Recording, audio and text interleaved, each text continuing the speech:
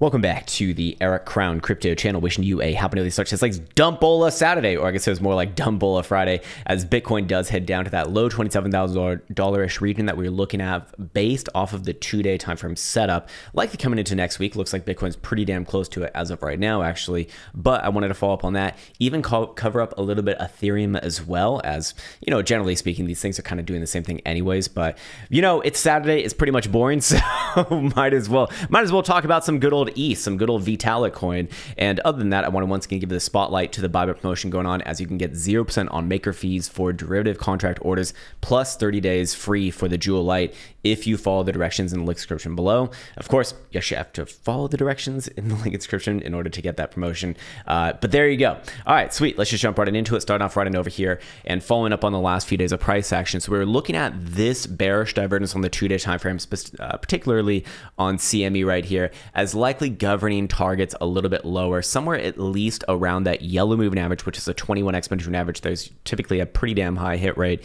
between bearish divergence and coming down. At least it tests that region, which is almost what we have as of right now. Yeah, things could come a little bit lower. Absolutely. It is officially just like a ball sack hair above 27,000 bucks, but off this region right here, more or less time to be looking for a bounce. Now, I know I did say something relatively similar yesterday. We're actually going to follow up on that a little bit later, but kind of same thing going on right here. It's like, you know, could there be continuation below this region overall? Yeah, definitely possible, but we're a lot closer to a bounce now, at least on the low and now medium-term timeframes, than not, with probably one more swipe a little bit lower, maybe like a little bit lower. Anyways, the reason why I say maybe one more swipe a little bit lower is when we go over here to the weekly time frame on the Gaussian channel, which we've been following rather intently on this channel for a long time now. There's a few things at play here. First and foremost, you can see that, I guess it wouldn't be this week, but last week's test of the upside, pretty much going to be counted as a rejection right there. Yeah, it was pretty damn close. You know, could we have seen a move a little bit higher towards about 31.5, 32,000 bucks? Certainly, but in this case, obviously, that's going to act as our current rejection. Now, the real question is, what does Bitcoin do at the mean band? And where is the mean band? First and foremost, the mean band is 26,500.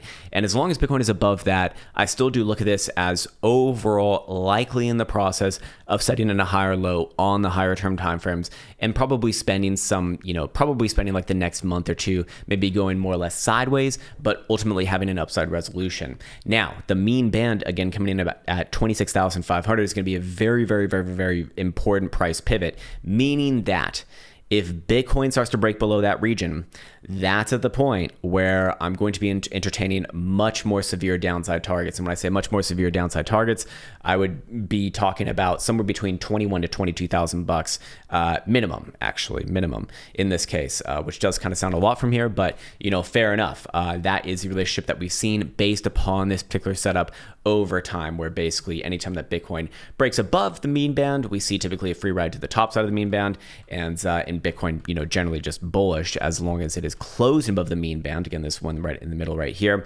and in vice versa to the downside. And when we have seen it break back below it, as you can see over here, typically get a pretty damn quick shot to the bottom side of it as well. So works both ways. But in this case, you know, still Bitcoin remains above it, but that does mean coming into the next week or two, or three for that matter, doesn't really matter as far as timing goes. But Bitcoin can very easily come back down, test somewhere around. In fact, it probably does.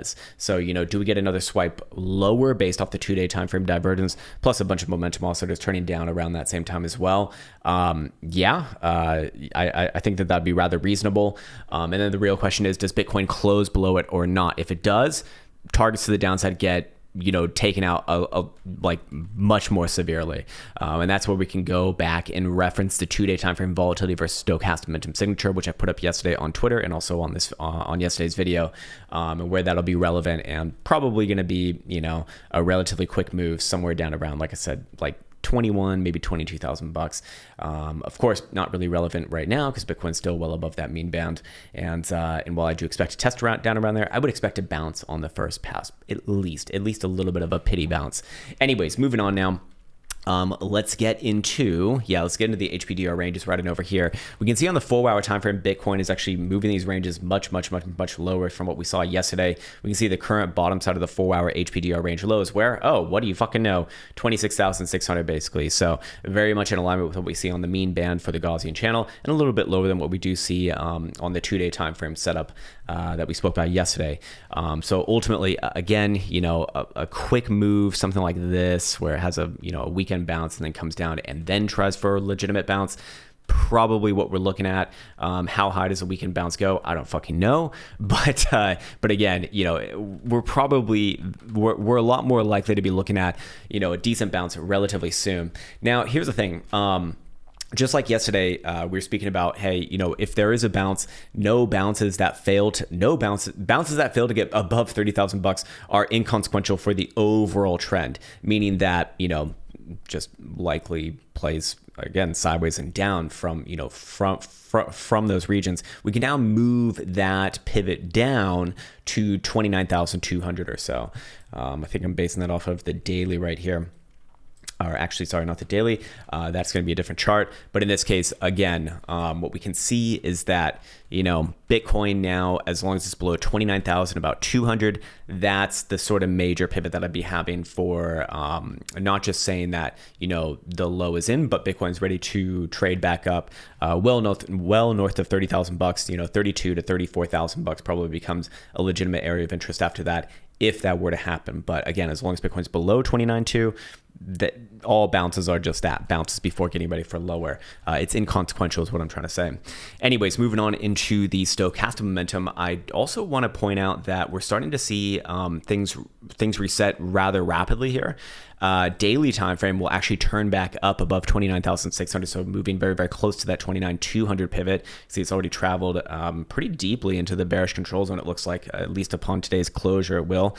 And we'll also even see a nice trend line regression coming in from the last few major lows. My chart's too fucking convoluted here, so let me just pull up a new one because it's getting too damn annoying with that. Too many damn lines, something like this. So does it have another few days of coming a little bit lower and then basing here and then trying for that bouncy move? Probably yes, which would put us into next week. Anyways, moving on from there, let me just go back to this one. That would be the daily pivot. 12-hour time frame pivot is actually already pretty damn close to current price action, 27,500. So again, that's why I do say, Bitcoin might have one more swipe a little bit lower, but it's a lot more close to a bounce than anything else in my opinion right now, or at least just based off of this data.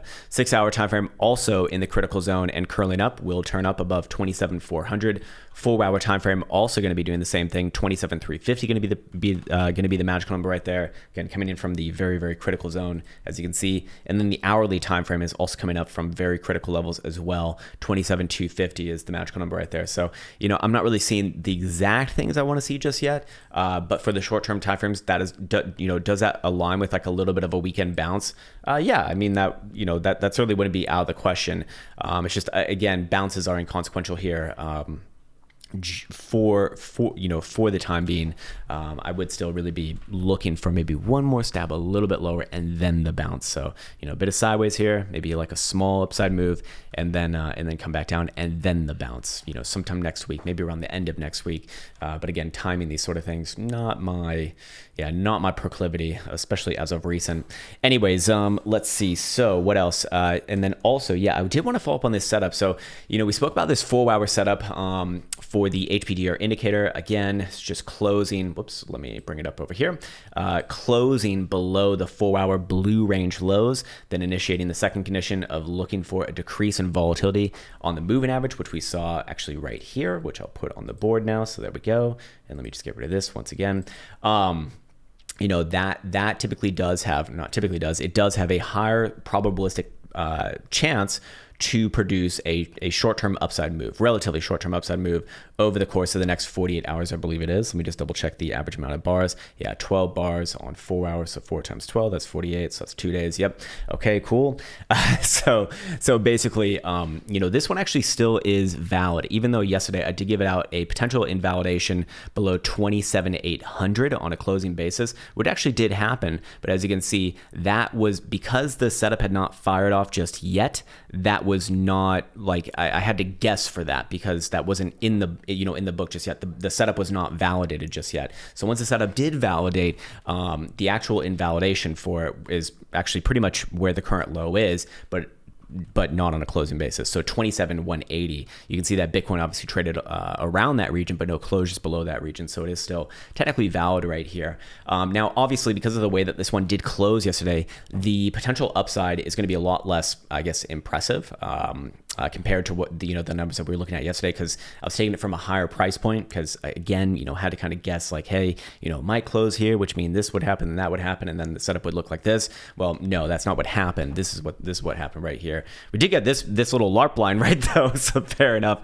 But yeah, anyways, just going back into the strategy backtester, with this particular setup, there's a 77% or a little bit above 77% probability of a short-term upside move. And of course, when we go into the actual performance summary, we can see that the average winning move was just under 4% basically. So, if we were to see a move like this play out from the current area, it would put Bitcoin somewhere around about 29,000, maybe even 29,200 or so, which would actually be very, very relevant for the higher term time frame. So will Bitcoin have a chance for that move coming into next week?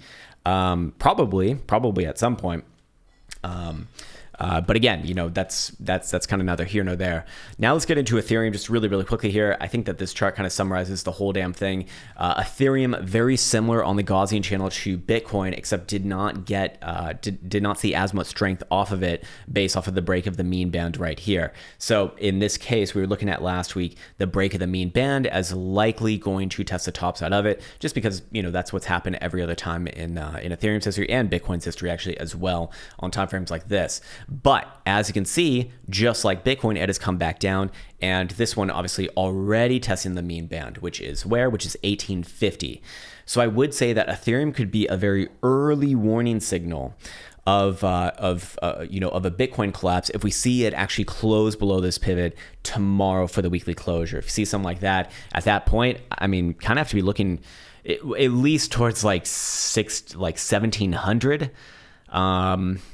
And I mean, I guess it wouldn't be like, it would not be uncalled for to be looking somewhere around the bottom side of the Gaussian channel at that point, depending upon how much, it actually closed below by. Like if it's just by a little hair, not that convincing. If it's by like if it's below like 1,800, that's pretty fucking convincing, But for right now, if Bitcoin, or not Bitcoin, but if Ethereum and by extension Bitcoin are going to remain bullish, you actually would be looking for lows basically around this region. So again, you can get wicks lower, that's fine. Don't want to see closes below. That's at the point where, hey, the reversal is real on now a high term time frame, not just like a daily 2-day, but a weekly. And so we can expect, probably the next few months to really work their way sideways and down. Bitcoin low 20s, Ethereum, 1,400-ish maybe, something like that would kind of make sense. Anyways, so those will be the major things that I'll be watching for tomorrow. And tomorrow I'll save the long-term analysis for that for Bitcoin in particular. And I think that's a good place for me to be leaving off on this particular video as well. So with that said, wishing you the best as always. Take care, much love, and massive thank you for sending in all of the thumbnails as well. I got too many damn emails, which I'm grateful for, but I won't be able to respond to everyone. But I will be responding to the people who I think showed that what you're doing, and and you have experience, more importantly, with this, and you could show me examples of what you'd essentially do for my channel, which was really, really, really, really, really cool. So thank you for that. And on that note, I'll be signing off. Take care, much love, and see you hopefully soon.